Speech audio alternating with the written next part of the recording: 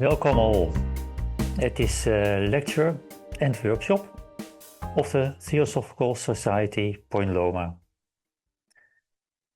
A fresh wind has been blowing in the thoughts of mankind through almost all areas of life.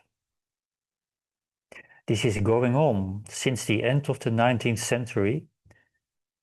You may say starting in 1875 when H.P. Blavatsky presented the Theosophia, or universal wisdom, to humanity in a more modern form, thus sounding a universal, inspiring keynote.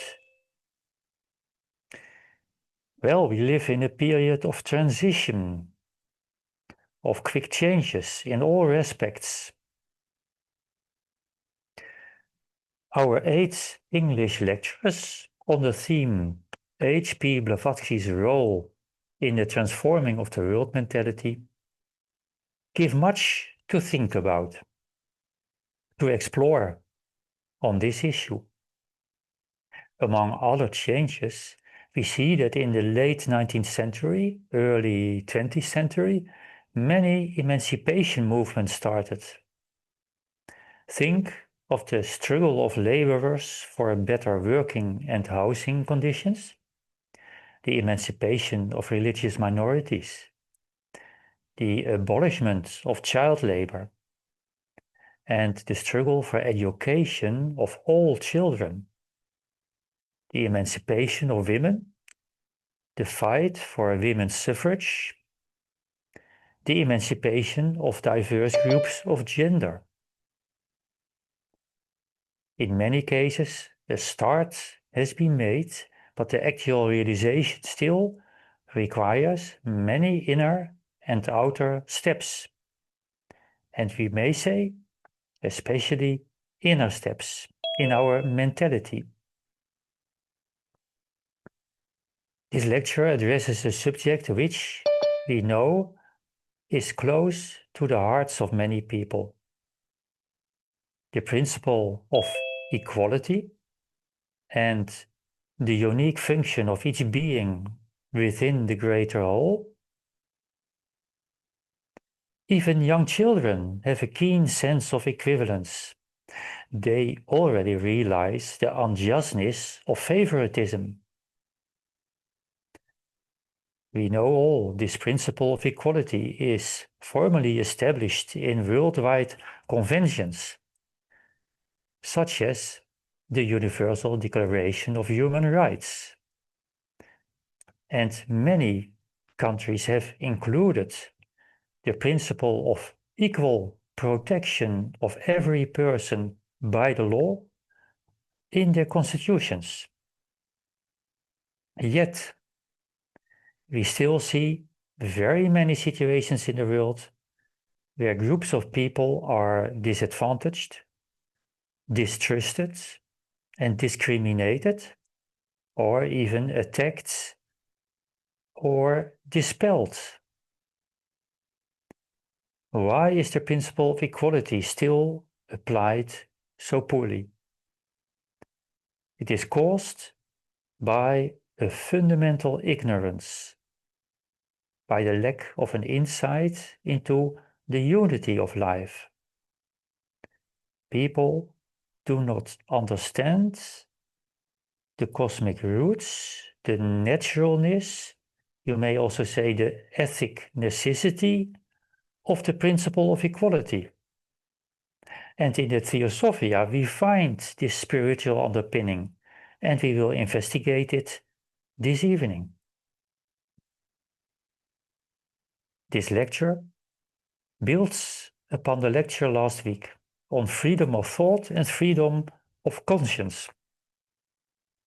One of our conclusions last week was that the accepted idea of freedom of speech, the right of freedom of speech, that we have the right to say and write whatever we want, also to the detriment of other people, is based on the ignorance of the unity of humanity and on the law of karma, which shows us that all our unjust and detrimental thoughts will, after damaging other people, always fully backfire on ourselves as their originator.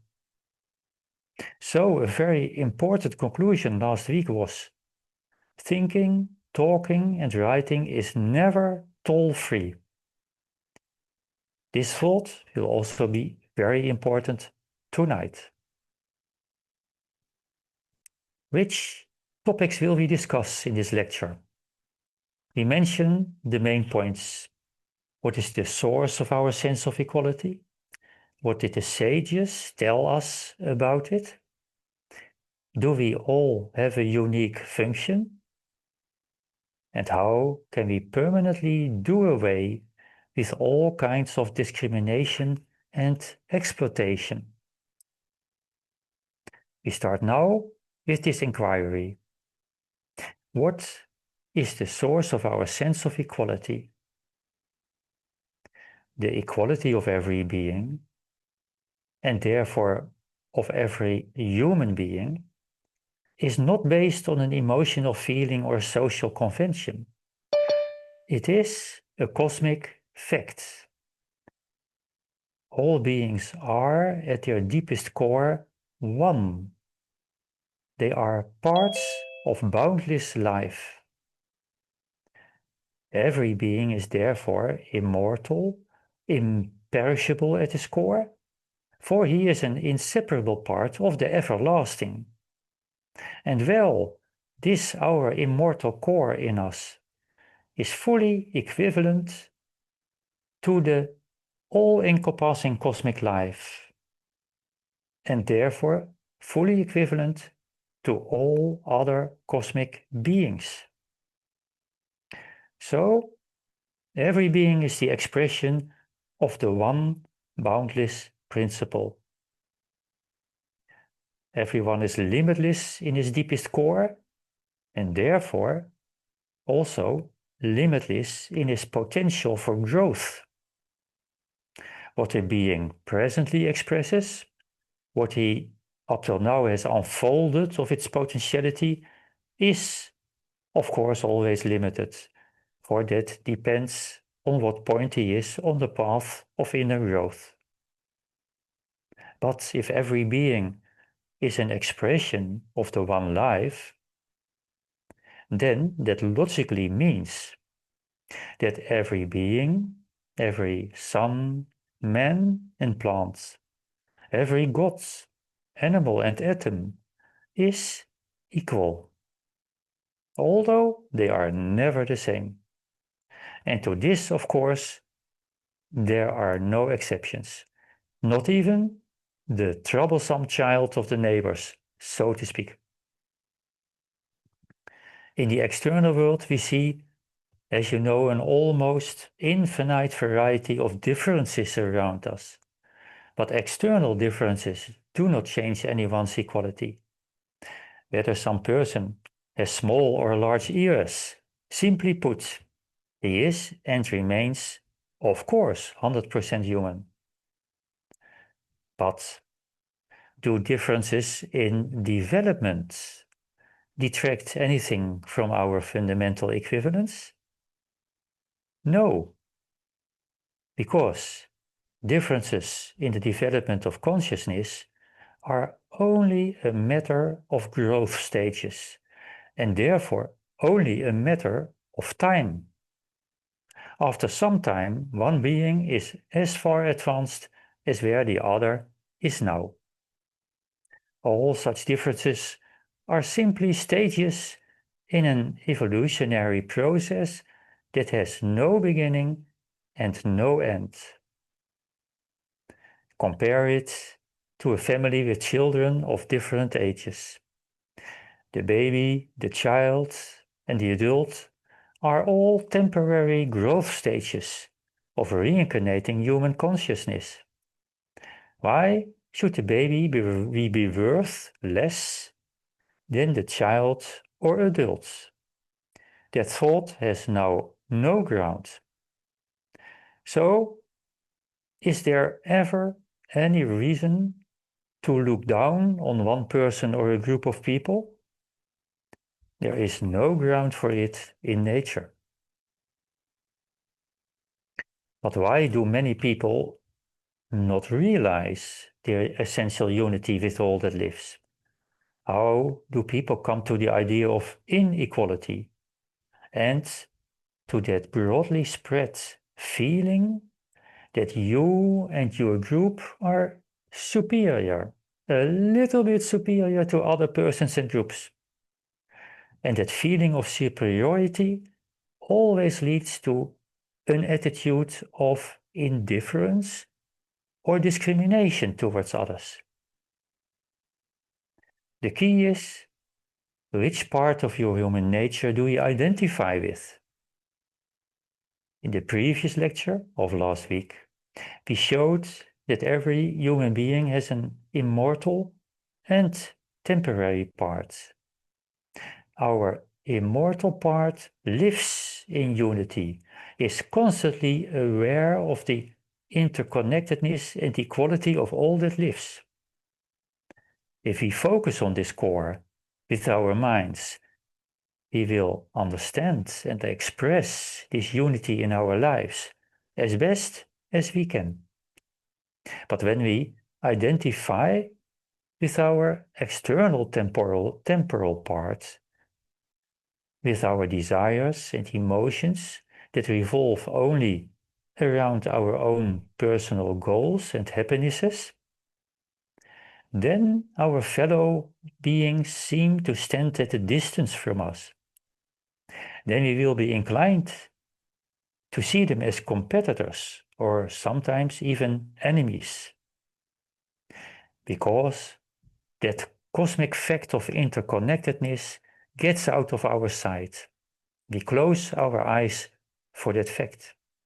We have restricted our thinking, narrowed it to a very small piece of cosmos, and that is our own outer self.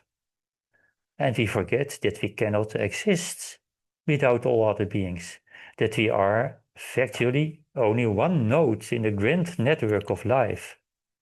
So 100% connected to the welfare of all other nodes, all other centers of consciousness.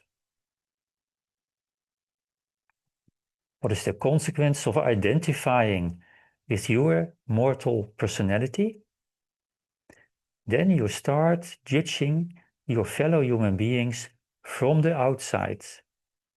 You will interpret all kinds of external differences between people and peoples as better and worse, more or less worthy, morally higher or lower, always from your own, often egoistic view, or from the views of the group to which you count yourself. So, from the moment that you do realize that the same cosmic life flows through your fellow man as through yourself, then you will rise above any discriminating pattern of thought. In the book The Secret Doctrine of H.P. Blavatsky, we find the following esoteric text, which brilliantly describes this. The master asks the pupil, "Lift thy head, O Lanu," which means esoteric pupil. "Dost thou see one or countless lights above thee, burning in the dark midnight sky?" The pupil answers, "I sense one flame, O Gurudeva. I see countless undetached sparks shining in it." The master, "Thou sayest well, and now look around and into thyself. That light which burns inside thee, dost thou feel it different in any wise from the light that shines in thy brother man?" Pupil, "It is in no way different. Though the prisoner is held in bondage by karma, and though its outer garments delude the ignorant into saying, 'Thy soul and my soul. Also, someone born with a mental disability, for example, is equal to all other humans. We can give people with such a temporary disability always those tasks and functions in society that they can handle. In fact, the same principle as is applied to all citizens. Also, someone who still has much to learn ethically is equal. Our fellow men who have lost contact with the conscience are in fact our weaker brothers, for they no longer see the true nature of themselves and their fellow men. They do not need disdain, but clear, wise, and sometimes restraining guidance from unselfish motives. Well, next question. Do we encounter the principle of equivalence in the philosophies and religions of antiquity? After all the sages and messengers explained the same truth, the same laws of nature, although wrapped up differently in a time-dependent and culture-dependent form. We will give some telling examples. Each of us knows the golden rule. Do not do to another what you do not want done to you. We find it in every religion and philosophy of life. There are beautiful lists on the internet to show this. In Buddhism, we could cite many examples because the principle of equality is central there. For example, this basic Buddhist idea: every being is a Buddha in progress. Every being will once become a Buddha. In India, there is the traditional greeting Namaste.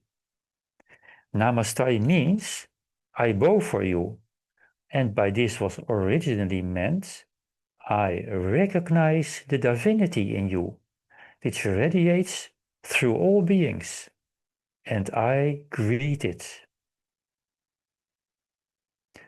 In Judaism, Christianity, and Islam, there is the teaching all men are created in the image of the Elohim.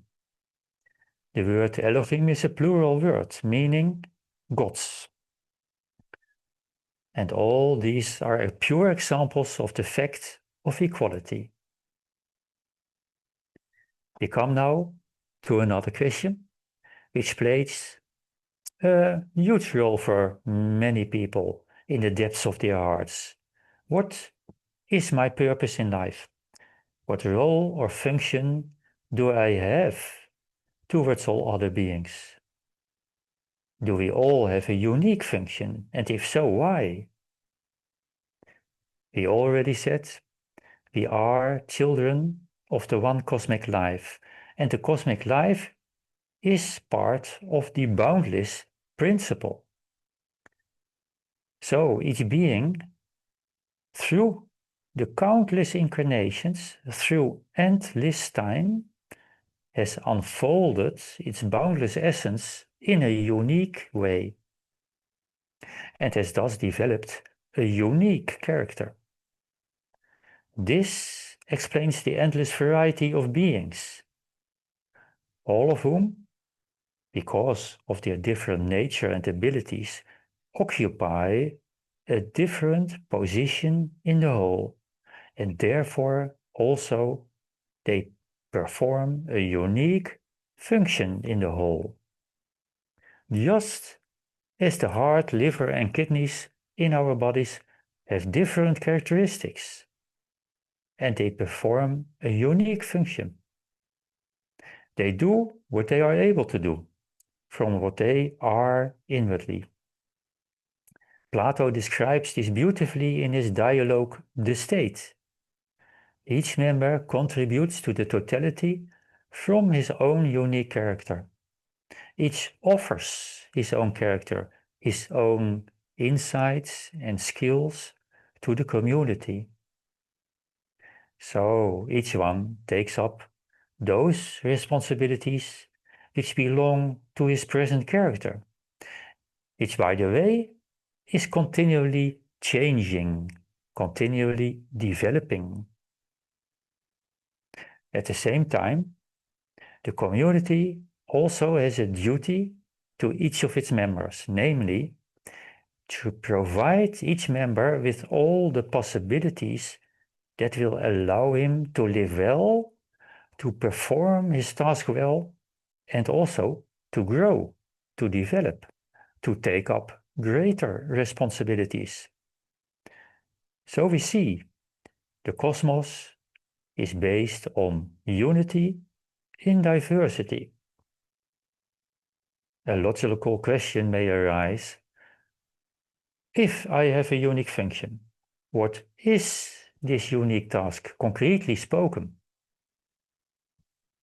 The problem is here that many people that ask this question probably expect an answer in the form of one or two concrete assignments or duties, which somehow are laid upon them from outside.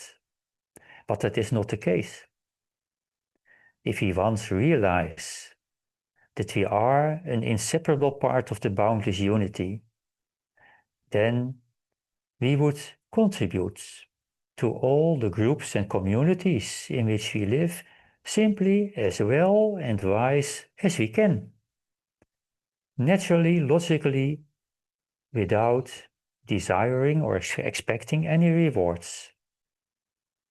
Duty is not a concrete thing, somewhere laid down or written down. It is, in fact, is duty our inner cosmic essence that we can express more and more the wiser we are. Our duties simply lie before our feet, and we will recognize them when we think unselfishly. The place in the cosmos where we live now is not some haphazard happening. We are unerringly attracted to those places during those periods which correspond to our own character, which reflect our character. There lie our duties, our responsibilities as self-conscious thinkers. And on this path of service to humanity, we can greatly benefit by the light afforded us by the universal wisdom, the Theosophical, as given by the messengers of the Lodge of Wisdom and Compassion. A valuable thought to ponder is: cooperation and inner growth is possible only thanks to the differences. It is precisely the diversity of beings that is needed to express unity. Why? Because then you complement each other. We can recognize this all around us. Suppose we want to build an entire house from the basics, and we try it with a team of 5 roofers. We cannot expect a well-built house, only a well-built roof. We also see it in every team that successfully works together. It never consists of people of exactly like character, but always of people who complement each other. And we go a step deeper. Without the differences between people, we cannot grow inwardly. After all, other people have developed qualities that we have not yet developed. Their example and instructions encourage us to develop those latent qualities in ourselves, if we, of course, consent to do the necessary training. And we are a pioneer to other fellow human beings. It is the duty of all men to stimulate others to develop what we already developed. In fact, every being, gods, animal, and mineral, has a pioneering function towards less developed beings. We learn and we grow and evolve thanks to each other. We will now apply the key ideas we have presented to the emancipation movements in our society. Some of these movements began centuries ago, such as the struggle for freedom of religion, but many movements, as we said, only gained great strength in the 19th or 20th centuries.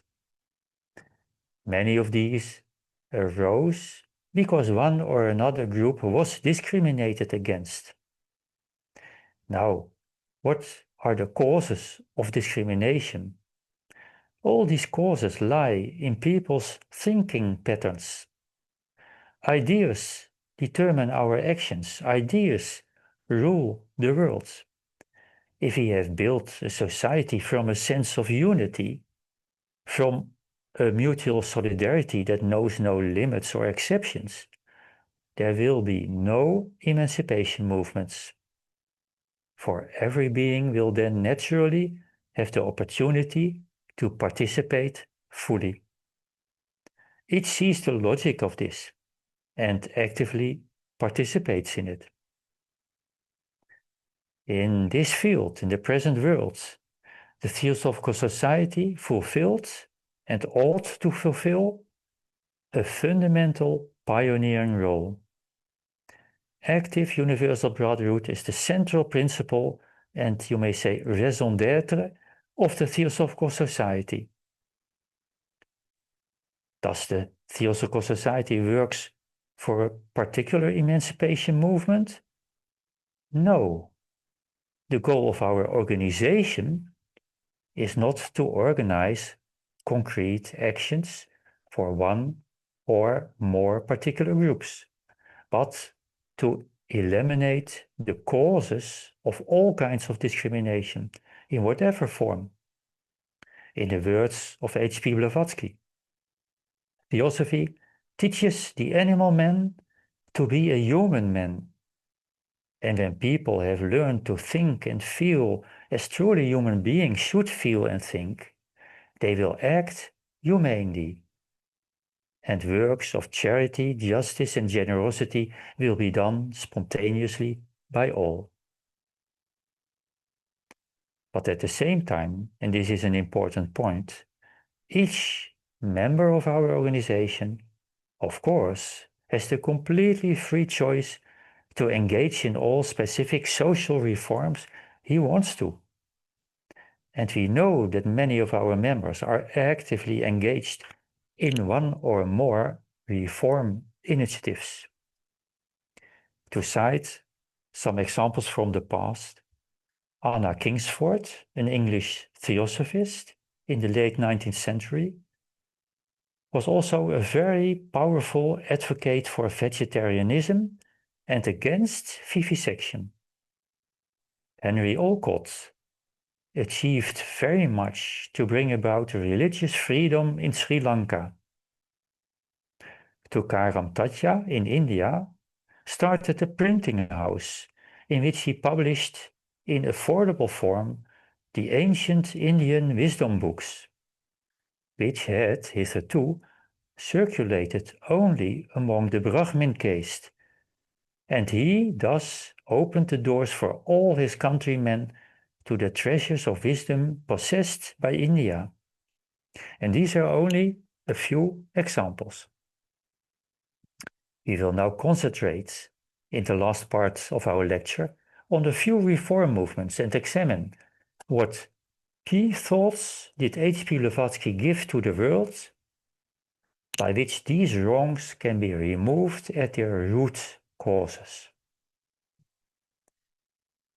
What key thoughts firstly make animal protection an obvious duty? the necessity of protecting animals and the Earth's ecosystems needs no further explanation. The why provides the universal wisdom. Animals are our younger brothers on the cosmic path of development. Every animal, like every human being, is a student at the cosmic school of inner growth. In this cosmic school, we humans are one class higher than animals, so to speak, but of course, a third grader is not worth more than a second grader. Although, of course, you may expect more capacities and discipline with a third grader. If we realized what animals really are, we would treat them entirely different. We would not rest until all forms of abuse of animals stopped. What are we doing to the animal souls? Killing animals prematurely or depriving them of a suitable environment retards their growth of consciousness. We inflict suffering on them. And we humans will one day have to make up for that and must compensate for that for what we have done. That's how cause and effect works. In the distant future, when our planet has been reborn for a new life cycle, and the higher animal consciousnesses are ready to begin the human school of learning, then we humans will be a kind of demigods. Then we will be confronted with our karmic debts to these former animals. And we must compensate that by stimulating their development by all wise means. We will do that out of compassion, but also out of karmic necessity. We will inspire and guide the incipient humanity then for many eons.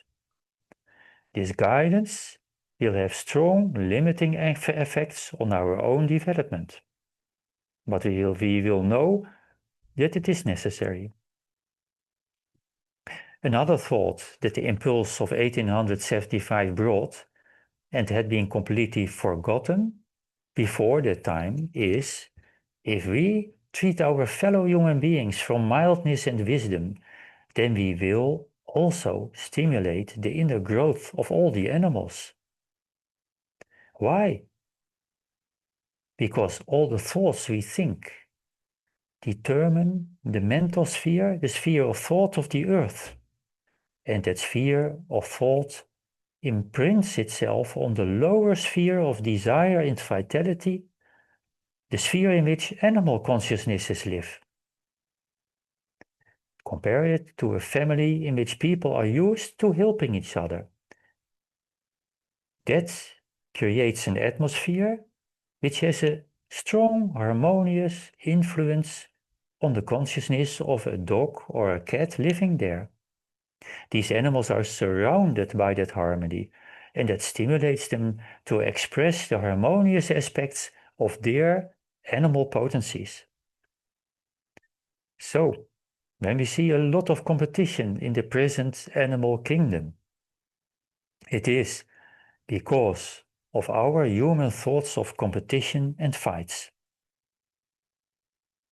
If we see examples of compassion among animals, and there are such examples, these are precisely signs that we humans are sometimes compassionate towards each other. In this context, we would like to quote this hadith. A hadith, as you may know, is a lore about Muhammad's life. This lore recounts that a prostitute sees a very thirsty dog walking around a water well, and the water is too deep for him to reach. Moved by compassion, she gives the dog water by using her sock. Remember, in this connection, a prostitute was generally seen as a woman living in sin. But what did Muhammad say? This woman's action toward a suffering animal has brought her into paradise. Or in other words, everyone acting this way is doing divine work. We will now focus on the emancipation movements that seek to eliminate slavery, exploitation, and discrimination. How can we permanently replace discrimination and exploitation with universal brotherhood? H.P. Blavatsky showed that every being is an expression of the divine heart of the universe and is therefore perfectly equal to every other being. Compassion is therefore the keynote of the universe. H.P. Blavatsky also showed that karma, the law of restoration of harmony, is the fundamental law, and that means that the well-known biblical maxim, as you judge, so shall you be judged, is always valid. He who sows equality will reap equality. He who sows contempt and exploitation will himself one day feel and experience to be scorned. He will be exploited or feel exploited. Hopefully he then will learn from this and will start to sow only seeds of equality. If people would realize the fact of the inner divinity of man and the law of karma, they would really think 100 times before exploiting and discriminating other groups. In addition, another very important consequence of the principle of unity is, if we see discrimination or other forms of suffering anywhere in the world, we have the task of contributing to transform that situation into equal cooperation. Knowing that something exists implies that we are karmically involved in it. Then we have the duty within our circle to do what is within our power to do, to reach that situation of equivalence. Now, there are many well-meaning people who, in direct human contacts, tend to treat their fellow humans kindly, whatever their color. And yet, these same people may also become afraid, may be made afraid, and they may start discriminating towards some groups in general. But why? This often has to do with group pressure. We always live in groups, and each group is a cluster, a contraction of human souls, which are karmically attracted to each other by a common characteristic. In most groups in the world, these common group ties are predominantly emotional in nature. Is it not true that almost every group, as we said, tends to see itself in a rosier light than they really are, and to exaggerate the weaknesses in the other groups? Group feelings are seldom wise, although in principle they could be. Now comes our point. These group emotions are almost always far below the level of the individual conscience of each group member. That means that people let themselves blown away from their own higher insights, from their own conscience.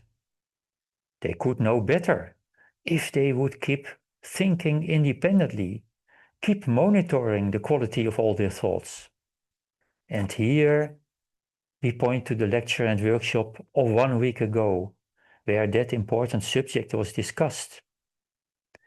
Independent search for truth makes you unsusceptible to unjust group feelings. You see through the illusion. If we thus keep our conscience active, then we can also fulfill an important role within our groups. Namely, by reminding our group members of their own conscience and of the humanity of every human being. We may sometimes provoke irritated or hostile reactions from the group, but yet our impulses may lead them to an awakening in the long run. So, the adagium, think independently, think conscientiously, stand above all morally degrading group influences.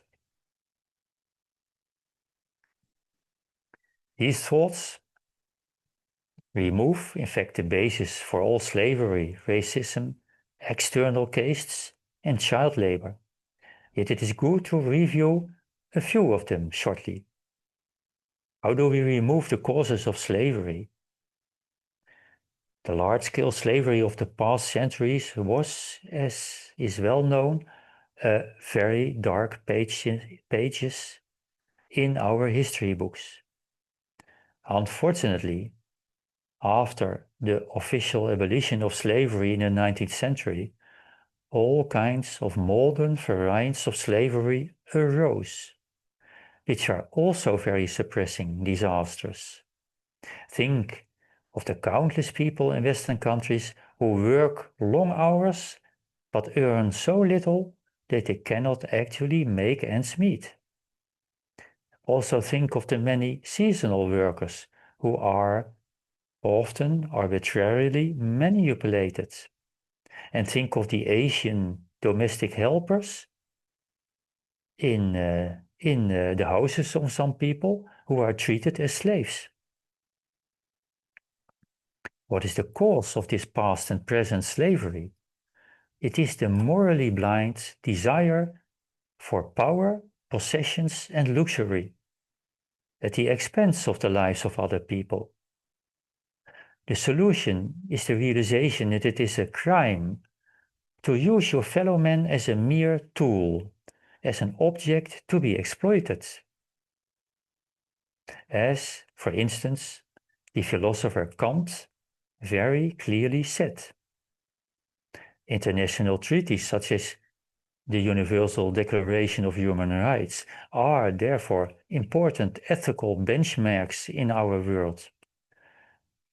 So the challenge anno 2025 is and remains to contribute to the disappearance of all modern forms of slavery. And what about child labor? That is in fact a special form of slavery applied to children. Alas, the impact of cruel treatment of children is extra great compared to adults, because children have not yet developed all their abilities, all their free will and discernment. They are psychologically even more vulnerable than adults already are. Furthermore, we know that we can all contribute to the abolishment of child labor when we precisely select the things we buy in the shops. But there is still a great deal to be achieved in this area. And we can also, very important, fight against the great poverty everywhere in the world, where in those poor countries where many parents are almost obliged to let their children work at young age. If all children in the world could normally grow up and get good education, which would activate all the inner riches that they collected in their past lives, then the whole of humanity would be greatly enriched. by their visions and skills and experience. So we still have a lot to do.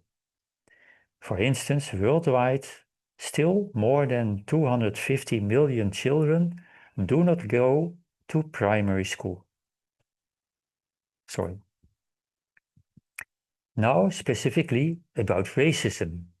Racism can only arise when men forget that physical race characteristics have nothing to do with the human consciousness who works through that body. We are all reincarnating egos. In the past, we have embodied ourselves in many groups and cultures with all kinds of physical colors. We were part of countless races. Why then discriminate now? When the Theosophical Society was founded, the aim from the beginning is to be a nucleus of brotherhood without distinction of race, sex, social position, etc. Now, this principle was not immediately understood by every member at the beginning. For instance, several English members in India, they found it a little bit uneasy to sit at the same table as Indian people who were their subordinates during the day, but were equal thinkers during those theosophical meetings. In several countries, it took several years before we saw that the lodges had actively opened their doors to people with a black skin. I estimate that these prejudices have now been overcome. Helena Blavatsky continuously set an inspiring example. When she was in India, she worked intensively with Indians of all groups and castes from day one. As she saw them as completely equal, all kinds of doors opened for her that had been closed to all Westerners for centuries. In short, universal brotherhood can be put into practice very well. Finally, how can we apply our sense of equality in practice? Well, firstly, that requires an active attitude. In our society, we can support all movements that work hard for the full contribution of everyone, spiritually, mentally, and socially. And we ourselves can express our sense of equality in the 101 situations of our life. For instance, by forming an inspiring image of how a wise person thinks, acts, and reacts. And then we can, from that inspiring image, live according to that. It is an active attitude.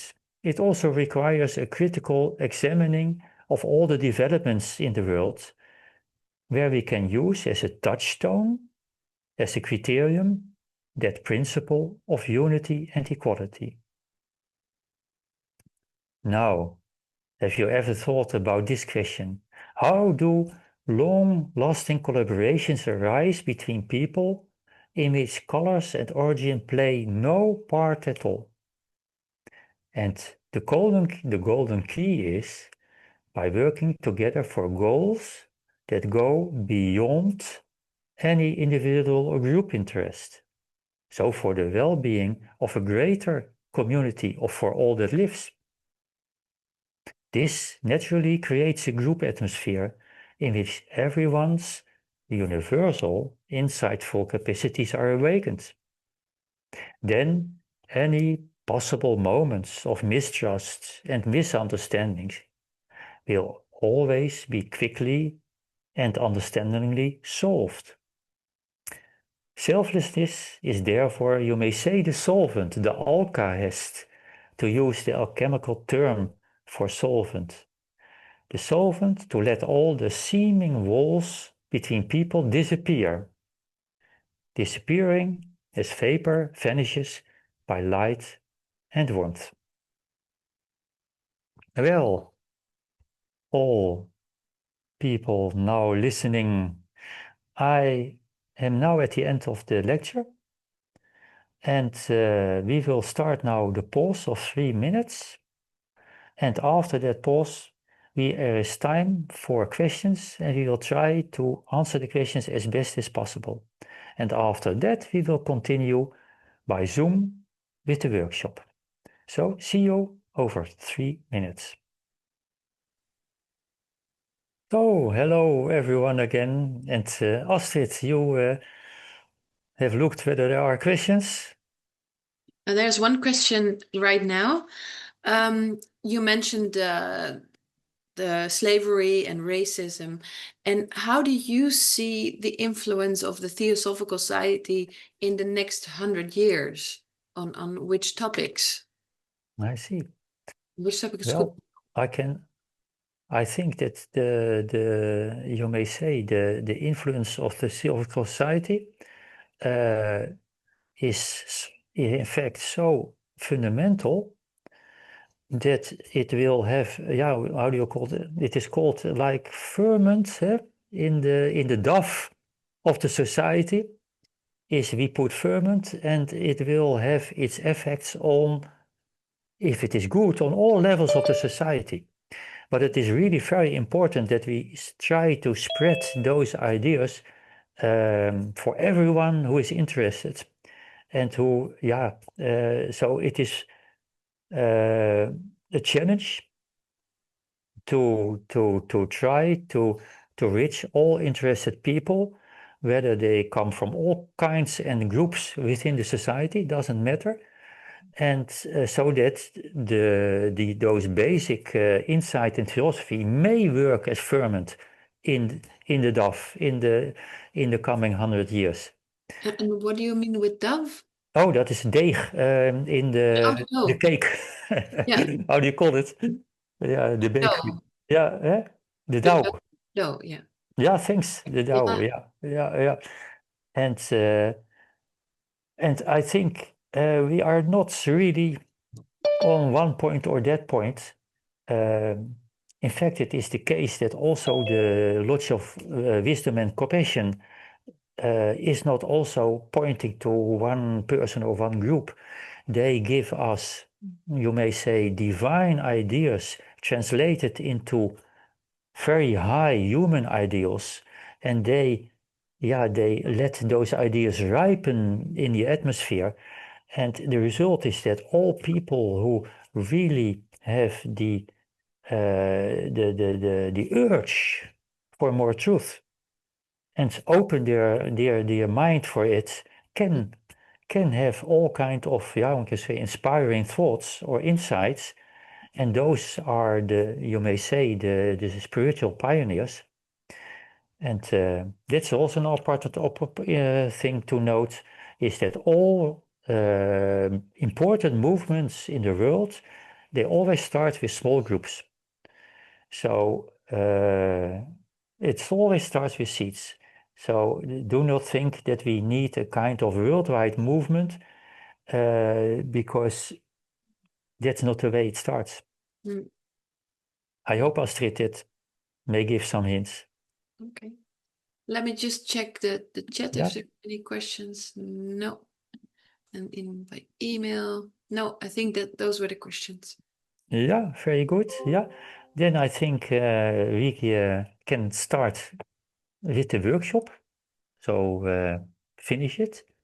And I'll do that by firstly mentioning next week, Sunday, 25 May, we will have the lecture and the workshop by Joop Smits about the impact that the Theosophical impulse had on science. I think very interesting, and also very interesting if you are maybe less familiar with scientific details yourself. And the title is From Consciousness as the Cause of the Externally Observable to a New Foundation for Science. And as always, you are most welcome next week. Well, then my last words will be the Gayatri from the Rig Veda. And the words are this. O thou golden sun of most excellent splendor, illumine our hearts and fill our minds, so that we, recognizing our oneness with the divinity, which is the heart of the universe, may see the pathway before our feet and tread it to those distant goals of perfection, stimulated by thine own radiant light.